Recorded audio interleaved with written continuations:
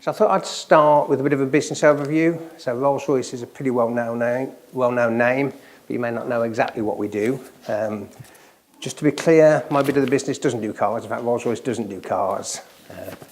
So we are a technology company, and this is our article. We were formed in 1906, and our articles of association said that we do power and propulsion systems for use on land, sea, and air.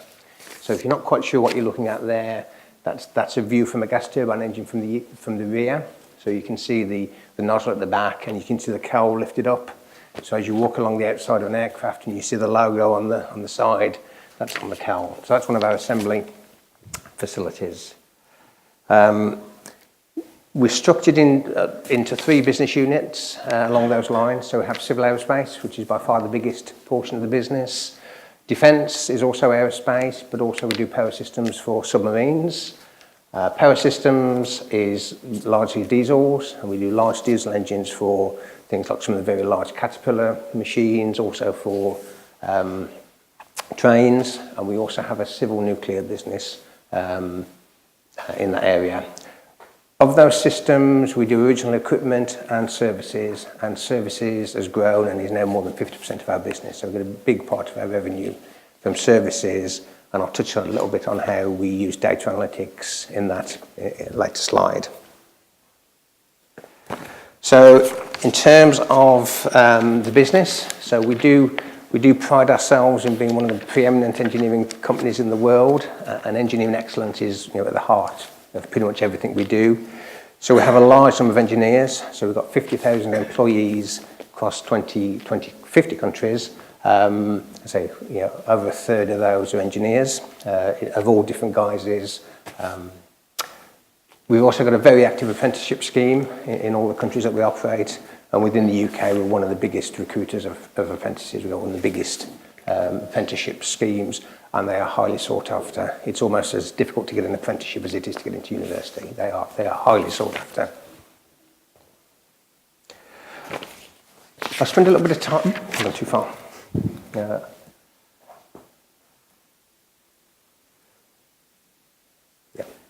I'll spend a little bit of time on this slide, and I'll have to read some of this stuff to make sure I get it right. So we use this phrase megatrends. These are large trends across the globe, across many years into decades, that affect businesses. And many businesses are facing these three megatrends. So at the top, you've got basically the environment, clean energy, safer, more competitive power. So air transport today contributes about 2% of global man-made carbon dioxide emissions. Now that's not a lot, but as we look at that going to the future, as other businesses start to decarbonise, so if we don't do anything, the percentage of CO2 from aerospace will go up. And also passenger travel is predicted to double. So the figure is there's about 4 billion passenger journeys per year today. That's predicted to go up to 8 billion by 2036. So there are lots of trends that are going to push up the emissions from aerospace. So the aerospace sector, so the EU has something called Flight Path 2050. So we've committed, along with others, that 75% reduction in CO2 by 2050 and a 90% reduction in NOx by the same time. So these are big challenges, and we'll see some of how we're using modelling and high-performance computing to address some of those challenges as we go through. We're also committed to zero emissions from our own operations and facilities, and we're committed to do that by 2030. So the environment and meeting the environmental goals is crucial to the business. And those then turn into the electrification drivers. So one of the big drivers for electrification is clean power, low emissions, and just like other industries, we've got a big electrification agenda. We're looking into hybrid mechanical electrical power systems. We're also looking at full electric flights. And there is a slide coming up in a couple of slides to show you some of the things that we're doing with electrification. The other one is digitalisation. And lots of traditional businesses. As I say, we've been around as a business since 1906. We're not the only business that's been around a long time and is looking to digitalise its business. So we actually have a 30-year history of using data analytics, largely in our services sector. So we have been viewed for some time as being one of the world leaders, certainly in aerospace, in the use of data analytics. But at the same time, the advance of machine learning, AI, hyperconnectivity, IoT devices, 5G when it comes, those are huge opportunities for the business. And one of the challenges that businesses like ours faces is disintermediation by others that adopt those technologies and can then offer services better than we can. So it's hugely important to us. We did launch, so December 2017, we launched our R² Data Labs, which is our digitalization part of the business. And they have a remit to, as they say, use the power of data to transform our business. And that applies to all sectors of the business, from my world, which is design and simulation, across to manufacturing, to engine production, to then after-sales services. And we've done things with digital academies. We've got a digital academy program, and we've put hundreds of engineers through data innovation workshops. And so we're actively training our mechanical engineers to be data literate and to develop data awareness. So those trends have then translated into basically our business vision and strategy. So you can see the trends there. Equally, we've got a large installed base. Gas turbine engines tend to last about 30 or 40 years. And we've got, with the increase in passenger numbers, we will be making and selling gas turbines for many, many years to come. And so, vitalising that part of the business is just as important as the digital and electrification agendas.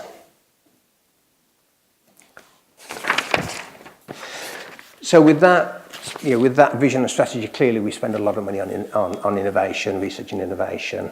So some figures here. So last year we spent 1.1 billion of our own money on R&D. We then work with government, so we work with EPSRC, Innovate UK in the UK. We also work with the German government, the US government, and also the EU as a whole. And so with contributions from various governments, then that rose to just under 1.4 billion in total R&D last year. And you can see the patent figure at the top. So that's a record number of patents for us. And over 2/3 of those are related to new technology that we're developing. And a good portion of those comes from our university partnerships as well. So just to spend a bit of time on the one at the top. So that's what's called an eVTOL. So VTOL is sort of vertical takeoff and landing. The E on the front is electric. So it's a very active field. Uber are working on air taxis. Uber are predicting there's going to be a market of about 500,000 for these things. And they're planning on their timescales to have the first commercial air taxis by about 2025. So we're involved in a number of these, not just this. So that's one of our own programs. So that's got a gas turbine in the back. So there's a gas turbine in the fuselage that generates about 500 kilowatts of electric energy to drive the fans, the electric fans at the front. And then there's a high power battery also in the fuselage to give extra thrust at takeoff. So the one there, it's got a range of about 500 miles and it will travel at 250 miles an hour. The initial target is for helicopter replacement and city hopping. I think passengers, your own sort of autonomous air taxis is sometime after that. So the initial application will be air taxis. The interesting thing with that, you can perhaps tell, the wing articulates, so at takeoff, the wing is vertical, and the four fans that you can see are pointing downwards. They generate the lift to lift the aircraft up. Once it's reached a safe height, the wing comes down, and the taxi starts to move forward, fly forward. Once it's then reached a sort of safe cruising speed, those fans at the front turn off, and they actually fold away into the fuselage. And the forward propulsion is then, you can see the one fan at the back on the rear wing. There's one on the other side that you can't quite see. So they then provide the forward thrust, when you come into land, the opposite happens. The wing articulates upwards, and you land safely. So a lot of interesting stuff there, and a lot of interesting stuff to model. We are modelling that. We are doing simulations of that at the moment. So let me say a little bit about research collaborations. We've got two primary vehicles for doing research collaborations. The first is a long-established university technology centres. We'll see in a minute that we've been doing the university technology centres for about 30 years. Our engagement with universities predates that by many, many years. We've been working from universities since the time that Whittle was at Cambridge, so we've been working with universities for a long time. So, for example, we have a university technology centre here in Scotland over the way at Glasgow, at Strathclyde University in electrical power systems. The one below that are the Advanced Manufacturing Research Centres. Our first one of those was at Sheffield, and that sort of became the high value manufacturing catapults. And again, we have one of those also over at Strathclyde in forming. So we have an advanced forming centre over at Strathclyde. And we are, with the computational science work that I'm going to talk about later, we do see that becoming one of these strategic partnerships. So in total, there are actually 29 at the moment. We did complete the sale of our commercial marine business earlier this month. So there were two UTCs associated with that in Sweden and Norway that went with that business, went and became part of Kongsberg, who bought the marine business. So they started in the UK. I think there were 19 in the UK. We have a large engineering base in the US. We have an engineering base in Germany. So a large number in the EU and the US, and then we have got connections with universities in South Korea, Singapore, etc. In terms of the scale, as I say, there is a bit of an argument as to which one of the two were first, but the first two were Imperial and Oxford University. The picture on the bottom left there is the opening of the Oxford UTC. I say we actually have 29. At any moment, we have of the order just over 500 doctoral students that we're funding either directly or with contributions from the government, and they contribute to our patents, as I already mentioned. One of the important things of that network is the recruitment. So we do recruit about 25% of those come directly into Rolls-Royce. Another 25% then either stay within the UTC where they've done their PhD, or they go off to be part of another UTC. So we're retaining about half of the PhDs that we fund, which is actually pretty good. The other two pictures, one of the things, so the picture in the middle, we do something once a year, which is a UTC Directors Seminar. Each UTC has a director that we invite into the company. It's usually January, February time. Michelle, you came this year, didn't you? Yeah. You did. And that's when every year, and they get involved with the fellows, get involved with that, the Rolls-Royce seniors. So they'll get presentations from our Chief Technology Officer, and actually they'll get a lot of information about the company that we wouldn't put in the public domain and we wouldn't share with other universities. So it is, it is a very symbiotic relationship, and it's long term. The other thing that we do, the picture on the bottom right, is with the Eng doctorates. We have a similar event for the doctoral students. They come in and have a one-day event where they all get together. They do poster sessions, and again, fellows and seniors from the university, from the company, engage in those. And we also have a best paper. Every year we have a best paper competition, and the students are encouraged to submit the papers and that. And there's a financial reward for the best paper.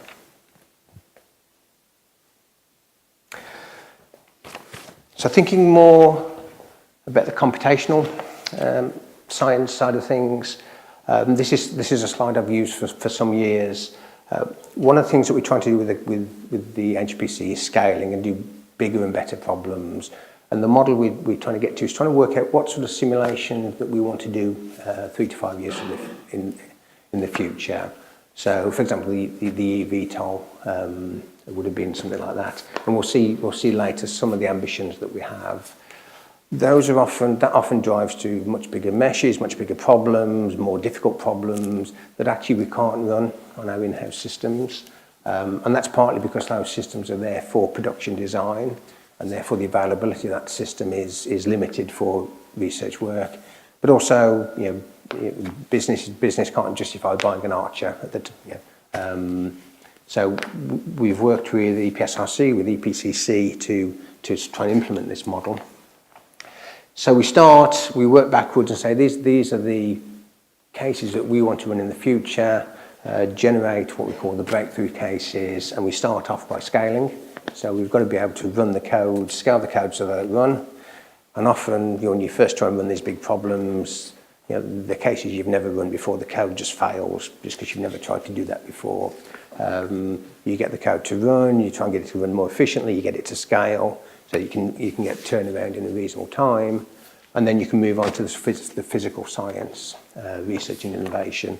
And that includes validating the codes. There's no point in being able to run a code if you don't get the right answer or get a good answer. So validation is important, and therefore, once we've validated the code, we can try and generate new physical understanding from the code. So we try and do some science-based research. From that physical understanding, we can then move on to sort of design and do innovative design work. And again, that's legitimately research and technology. We have a UTC that does design, so it's not.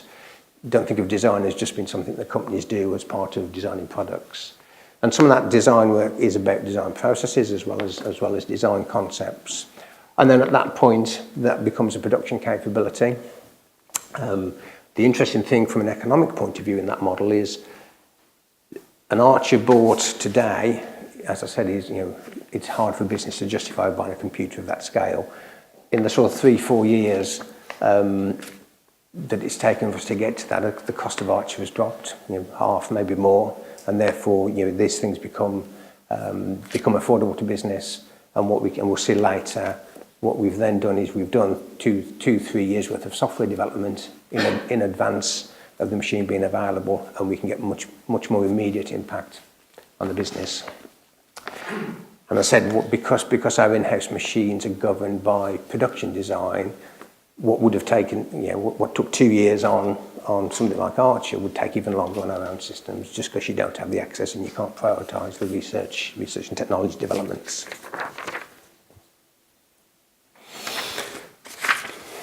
So in terms of partners, so this is just about the computational science side of things. We do have lots of university partnerships that are not mentioned here, but this is specifically the university ones. We did our first project with Mark Parsons here in 1995. I was just telling somebody those were in the days when people had serial codes that they wanted to parallelise. So we had a CFD code called ANSI, A-N-S-E. I can't even remember what it says. The NS was Navier-Stokes. And there was a parallelisation framework called Chimps at the time. So we had a project called Chimpanzee to parallelise the serial code called ANSI. It was very successful, actually. It was very successful. So the main ones that we work with, Edinburgh, Warwick and Bristol, and you'll see a little bit more about that one. I'm going to finish up by saying a little bit more about our future plans and the prosperity partnership that we have. We also work with the Hartree Centre, and the two pictures there are work that we did with the Hartree Centre. That's a Rolls-Royce person that works for me at Hartree, and that's a combustion simulation that's been displayed on their large visualization system there. We also work with industry in various guises. We've got strong collaborations with Intel, Microsoft. CFMS and Xenotech are two small medium enterprises. CFMS is a not-for-profit organisation. So CFMS stands for Centre for Modelling and Simulation, so very strong in the simulation and modelling, and well-regarded, because of their not-for-profit status, well-regarded in the UK for lobbying and progressing modelling and simulation. Xenotech are also a small SME, again focused on simulation, but particularly simulation in the cloud and using cloud computing, cloud HPC to do simulation and modelling. So that leads me nicely onto modelling and simulation. So we do like to think that we make the world's most complex piece of machinery. I'm sure others would claim that too. But gas turbines operate in a harsh environment. I'll take you through some of the harshness of the environment. But that harsh environment also makes simulating it harsh. And we'll see a little bit about that. So if we start at the front, I'm going to have to read some of these things to make sure I get them right. So the fan at the front, so that sucks in about a ton of air in a second, and that air is travelling about 350 miles an hour at the time. So that's the equivalent of emptying a squash court in about half a second. So that's the air going in. You can see the number up there. We compress the air to a 50th of its volume through the fan and the compressor. And at that point, that temperature, that's already 700 degrees centigrade, and we haven't put any fuel in it yet, and we haven't set fire to it yet. So even that, so we do various cooling technologies where we take air from the compressor to use it to cool the turbine. So some of that 700 degree centigrade air is being used to cool other components. So you can see then the thing on the side talks about the combustor. So the combustor, you can see the flames here. So about 700 degrees C there. This is where we put the fuel in and ignite the fuel. And at that point, the temperature goes up to about 2000 degrees centigrade, which is about 700 degrees above the melting point of some of the metals that we've got in the combustor. We've got various technologies for stopping things melting. So one of which is using cold air, the quote cold air, to cool the metal. The other one is coatings. So we use coatings. So one of the coatings we have, it can withstand a temperature gradient across it of about 200 degrees centigrade in about a millimetre. It's about a millimetre thick, maybe less than a millimetre. So if you coated an ice cube in that and put it in your in your oven, you could turn the oven on to 200 degrees and you could leave it there as long as you liked, it wouldn't melt. As we go through the turbine then, so you see the turbine entry temperature there of 700 degrees C. The turbine blades there, they're in this first row, where are we? First row of turbine blades here. We'll see the XWB in a minute. There's 68 of those in the XWB. Each one of those generates about 800 horsepower, and that's equivalent to a Formula One car. So one of our blades there is generating as much power as a Formula One car. Where do I go next? So flow then comes out the back. So the flow drives the turbine, excess flow comes out. That excess flow is coming out at about 900 miles an hour, I think, if I've got the right section. So that's as you get through. So the takeoff thrust is equivalent to about 1,000 family-sized cars.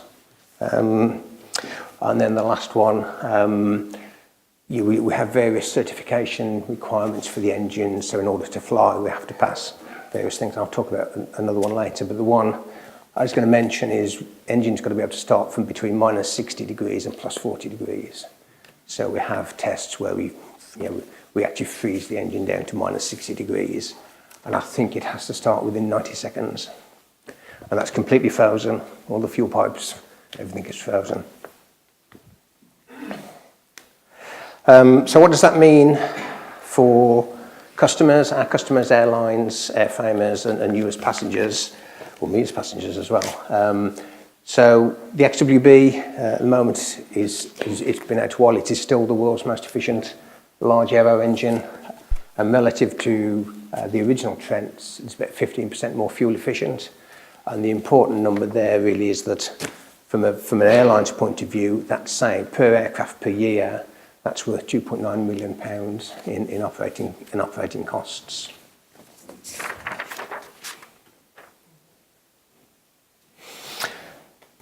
So I'll try and get a bit more specific now about the modelling and simulation. One thing I did realise I haven't got in that people may if you're from a different discipline, you may not understand exactly how we do this. So let me just say a little bit about the modelling process itself. So we need geometry. Well, we need a shape. We're modelling things. So we have a geometry. So for example, that's one of the turbine blades I've been talking about. And we then represent that through a CAD, computer-aided design system. We then have to put a mesh on that. We put a really fine mesh on that. And depending on what we're modelling, if it's the CFD, we'll put a mesh in the airspace. If it's the solid, we'll put the mesh inside the solid. If you think of that, there's different ways of doing the meshes, lots of different ways of doing it. It's basically a graph structure. So the edges are connected, so you have nodes that are connected by edges. Sometimes there's structure, sometimes there isn't. We then have to make a discrete representation. So again, if we're talking about fluid dynamics, we've got conservation equations of mass, momentum, and energy, and they're continuum equations.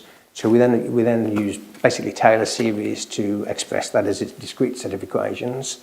There's lots of subtleties in there. We apply Taylor series, but effectively it's just Taylor series expansions. That gives us a discrete set of equations that basically becomes a whole lot of AX equals B, so matrix multiplications. And today, the rank of our matrices is easily into the millions. On a regular basis, we'll be running large numbers of those. They are very, very sparse, of course. But we'll see the target. We've already done a billion, rank a billion matrices, simulations, and our target is get to a trillion. So they are hugely sparse, but they've also got very high condition numbers. So our condition numbers often of 10 to the 9, 10 to the 10, and some of our matrices. I won't read the list on the side, but we've got a lot of simulations that we do. The sort of workhorse is the stress, finite elements, the CFD, the aerodynamics, but we do lots of other types of simulations as well. So if we just go back to the XWB, this is all from the Rolls-Royce website.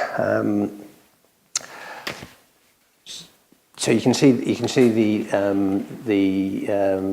impact of that, where we've used that and things I've talked about, things like the fans, compressors, etc. The thing that's stated on the web page is 6 times the computing power. I don't know where they got that from, but it feels like an underestimate to me, if anything. They didn't ask me for that number, so I don't know where it came from. But if you just think about the fan at the front, so that world-beating performance, that will have been the result of CFD simulations, computational fluid dynamics. A large amount of computational fluid dynamics goes into that. We'll have done a lot of stress analysis for the strength of the blade. One of the features of the fan is when it's cold, it's at a certain angle, and when it runs, the tip opens out. So it's quite a complicated. So you can see here, you can see the tip of the blade. There, as the fan spins up, that will open out. So stress is important. Weight as well. So we have hollow fan blades with honeycombs in the centre. So we'll model the manufacturing processes of that as well. Vibration is also important, and particularly interaction when the fan interacts with the downstream machinery. So we do vibration analysis with aeroelasticity, and that's a coupled CFD structural calculation. Noise, you've got the noise there, so we do acoustics. And again, that's largely CFD, but the feature of the acoustic is that it's basically pressure variations, but the pressure variations are way smaller than the aerodynamic. So it's very fine mesh simulations that we do. We do impact modelling for things like bird ingestion. So birds tend to flock at the end of runways. It seems very anti-Darwinian to me, but they do. So bird ingestion, again, certification of aircraft. In order for us to fly an aircraft, it has to pass certification tests around bird ingestion. And we'll talk about that. I've got another slide coming on that. Rain and hail. We model rain and hail ingestion. Again, there's certification requirements around rain and hail ingestion.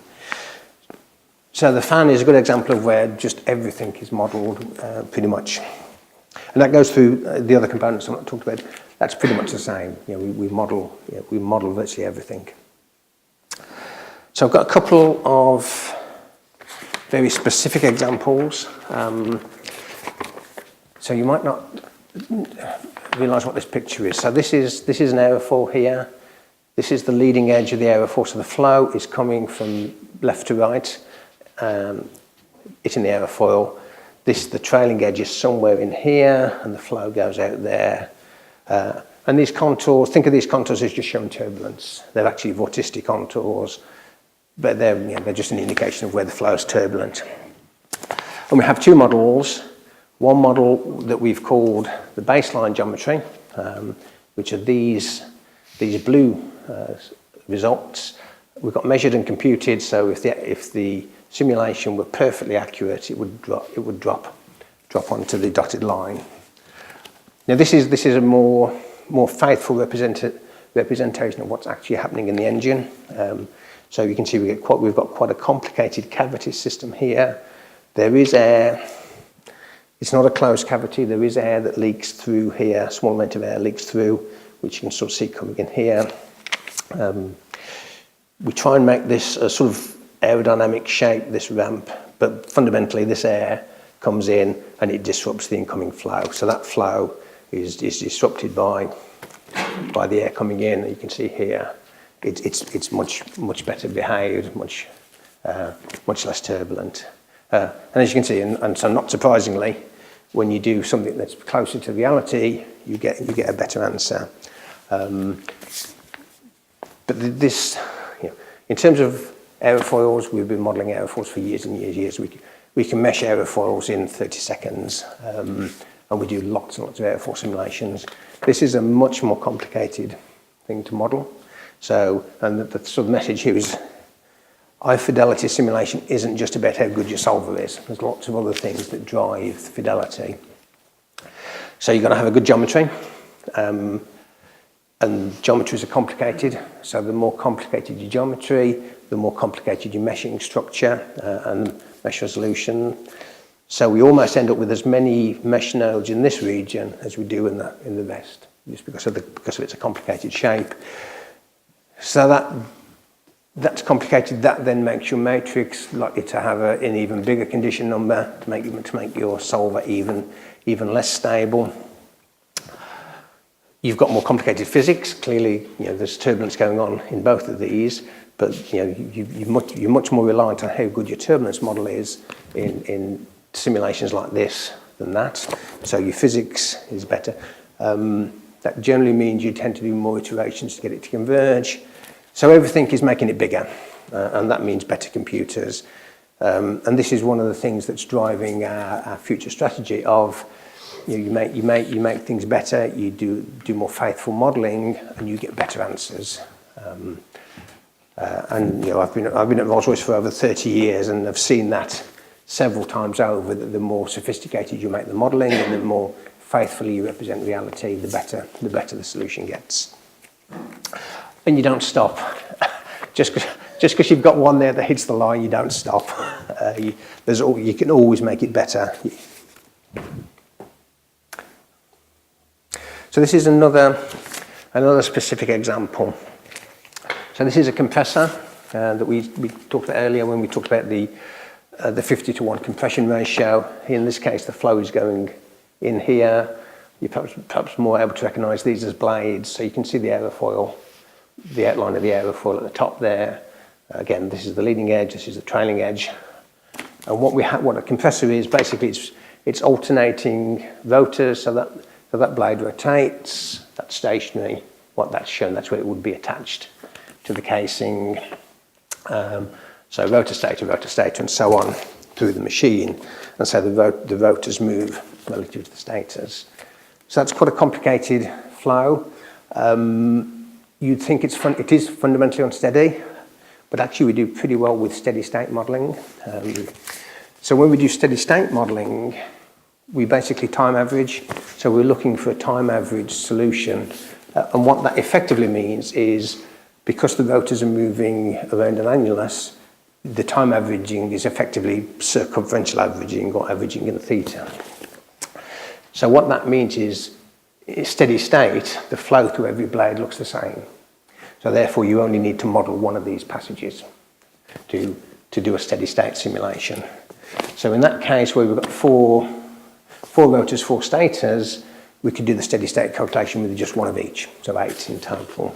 From a computational point of view, because it's a steady state analysis, we can use lots of acceleration techniques. We don't need to be time accurate as the calculation is running, so we can use things like multi-grid, preconditioning, pseudo time stepping, local time stepping rather. When we do this unsteady calculation, we've got a model. In this case, this is a test rig, so all the rotors and all the stators are the same, and the ratio is 3:4, so that gives us exact periodicity.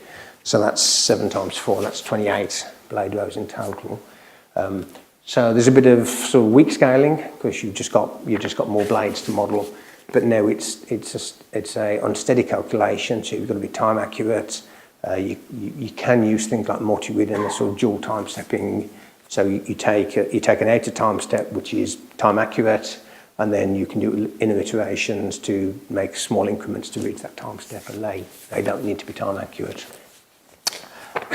From a physics point of view, probably let me just explain how compressors work. So compressors work much the same as a domestic fan works. So you plug it into the electricity, you give it some power, the power rotates the blades, and the blades push air through.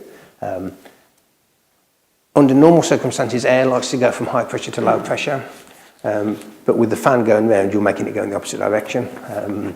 So as we're compressing it down in the fan, that's 51 to compression ratio. The air at the back is 50 bar compared to 1 bar at the front. So without the compressor there, the air would just whiz backwards through the machine. And this is really what this is showing to some extent. So this is the flow through the compressor. This is how much flow you get through, and this is the pressure rise that you get through the machine. And what we tend to do in these experiments, there's a throttle at the back which controls the pressure rise. So as you try and get more pressure rise through your compressor, then it becomes harder and harder for the flow to overcome that. The flow naturally wants to go backwards anyway. It's only because you're putting work into it that it's going in the forward direction. At some point, it actually gives up.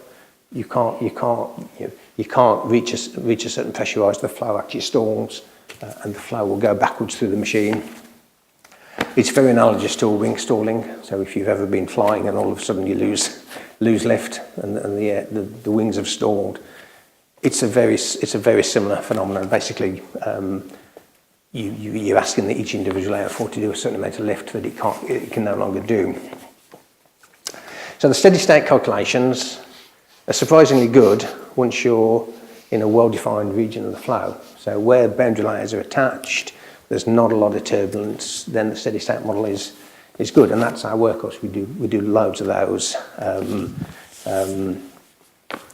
on our own HPC, but they give up. So that's the last stable point on the steady state calculation.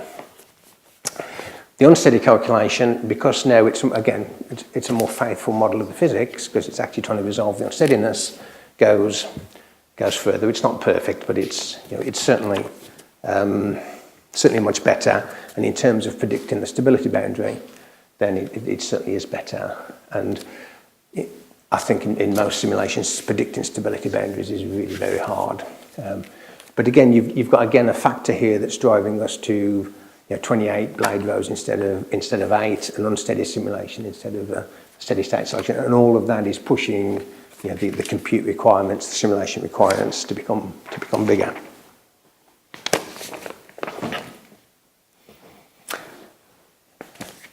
So my background is CFD, which is why a lot of my examples are CFD. This is not a CFD example. This is an impact example. So I mentioned about the bird strike requirements. So this is an example where we've actually do certification by analysis. So the requirements, the FAA requirements and CAA requirements are we have to test that the engine will withstand a flock of 1 kilogram birds. I don't know whether whether it's a flock or a single 2.5 kilogram bird and one 4 kilogram bird. In fact, the 4 kilogram bird is actually a goose. And so if you've seen the test, you can probably find the tests on YouTube. The birds are dead before we do this, but birds get fired into the engine, and the engine has to withstand. So basically, you're taking off, you get a bird strike, you've got to be able to land safely following a bird strike. So we do the test. So this is a test that we've done. So the top left picture there is the test. The numbering doesn't seem quite right to me, but don't worry about that. So we've got basically this is the main damaged blade, and then you get what's called trailing blade damage, where you can see as you go around 22, 21, 20 are also damaged. So this is a simulation of an undamaged fan. So this is a finite element simulation. So these are stress contours. The contours are not, I don't think the contours are equivalent, which is why these have changed as well. We actually then do the simulation of an object. It's not necessarily a bird, but essentially I think it's an ellipsoid type object that we fire in the simulation at the blades, and the simulation then has our ellipsoidal object hitting the fan. I don't know if it's when I first joined Rolls-Royce was an expert in high-speed photography. I'm sure it probably still is. So when we set up this test, we know exactly which blade the birds will hit. So we set up the simulation, do the same thing, so we know where the bird will hit. And then from this, we've extracted the CAD geometry. So that's actually the result of the prediction, that shape. So that's pretty good. I say I'm a CFD person, but to me that looks pretty good. So the key here is why I've labelled this certification by simulation is we do now do that 4 kilogram test, goose test, by simulation. We don't do the test anymore. And it took us about working with the FAA and CAA, it took us about 10 years from having the capability to do the simulation to then convince them that we could certify by simulation to get through that.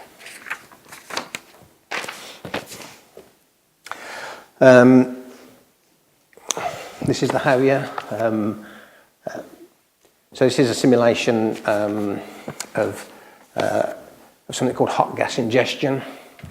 So when the Harrier takes off or comes into land, you've got the vectored thrust coming down. That vectored thrust disturbs the air on the ground, and so the flow here is going this way. So in extreme circumstances, hot gas from the engine can create these complicated vortex structures and then go back into the front of the engine. And that's, essentially that's bad news. The aircraft, as soon as it comes down, will suddenly pitch downwards if that happens. And so one of these reasons you have all these strakes and various things on the underneath of the aircraft is to try and control that flow. So that's some work that we did. That's actually quite old. That's work that we did with Cambridge University some years ago. But Rolls-Royce is one of the experts in vectored thrust and vertical takeoff, vertical landing, which then feeds back into the work that we're doing on the eVTOL. Although the electric engines won't have the hot gas problem.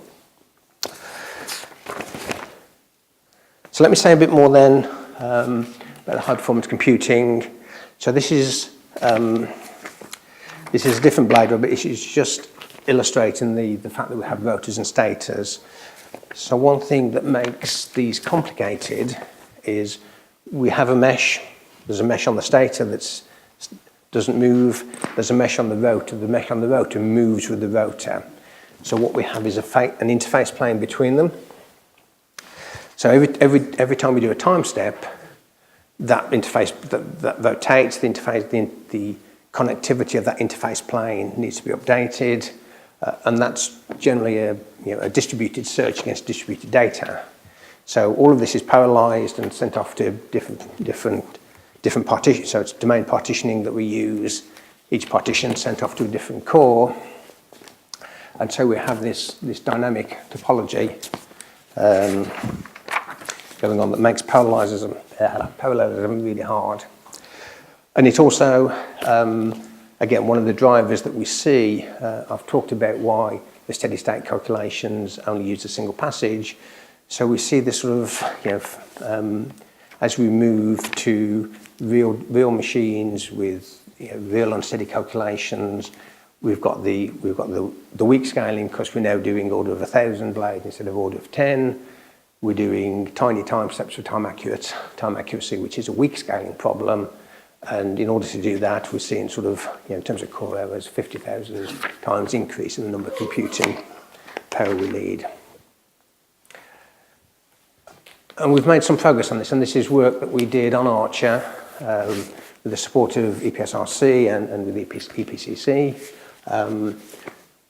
So the animation isn't for these calculations, the calculations are on a different thing, but you can see the scalability problems. So we can get some degree of scaling for the unsteady calculation, but ultimately it gives up, you get anti-scaling almost. And you can see this is some work that a Rolls-Royce guy did, Matt Street did this. So you can see there's a mixture of stuff here. You've got some scaling, you've got 40, 80, 160 nodes, and then you've got two versions of the model. And you can see that this is actually sort of the equivalent of the AX equals B solver. This is just the sliding plane, and that just dominates everything. The change that Matt made in this case was this case had several sliding planes, and we were doing one at a time, and a reduction operation at the end of each sliding plane.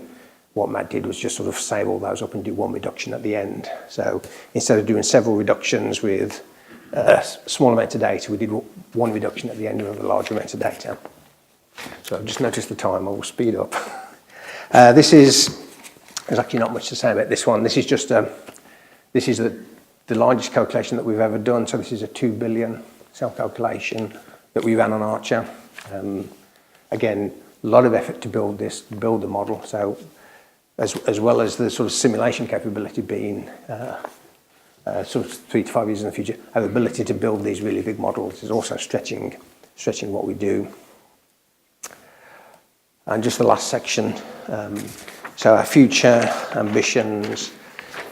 So in terms of where we want to go, so we estimate if we want to do a full fidelity engine, it's about 1 trillion cells. There's a fair degree of sort of guesstimation in that, but it is based on what we use today for simulations. We've already seen people doing a sort of trillion particle universe simulations. So it's not, the size is not necessarily the problem. It's all the complexity and as talked about the coupled multidisciplinary nature of it. So we've seen the interface plane can slow things down, and that's one CFD calculation talking to another, where you've got CFD talking to a finite element. That's really, really quite hard to scale, and particularly if it's not a single code. So we have different codes for different things, and potentially within this we might want to use some commercial codes. So there's a huge challenge in just doing the multidisciplinary nature of it. The speed, to begin with, we won't want to do this calculation in a day. We'll treat it like we do a test rig. We'll build it and then run it. And if it takes some weeks to run, that will be okay. As with everyone else, we have sort of digital twin ambitions, and so when we get to digital twinning, then we may well want to run this in a day. I'll just say the billion core hours is what we guess. When we first did this, the sort of prevailing cost for a core hour was about 10p. That's about £100 million for one calculation. It's dropped to about a penny, but it's still £10 million per calculation. So cost of computing is really important. And all that's led to the Prosperity Partnership. So these are UK, EPSRC is the UK Physical Sciences Research Council, and they fund a lot of activities. And one of their flagship programs are the Prosperity Partnership Awards. They're business-led in terms of the proposal, but as a project, it's the EPSRC money is led by university. So Edinburgh is the lead, is the academic lead. Rolls-Royce is the business lead.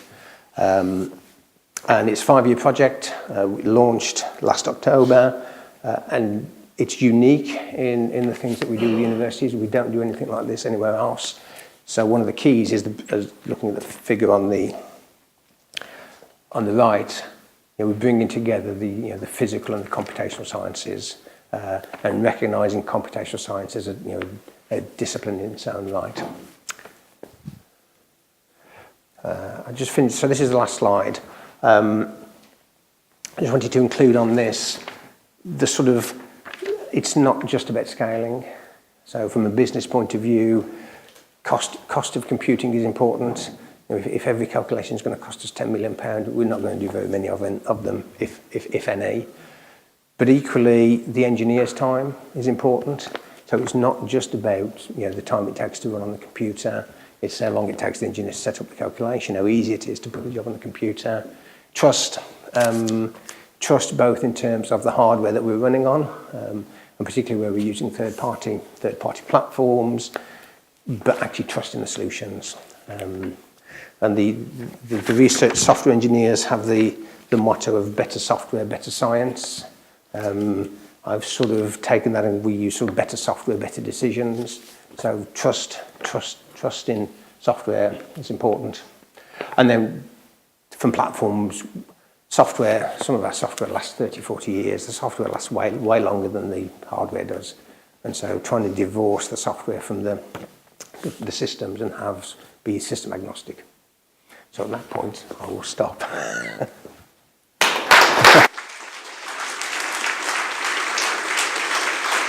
Thanks.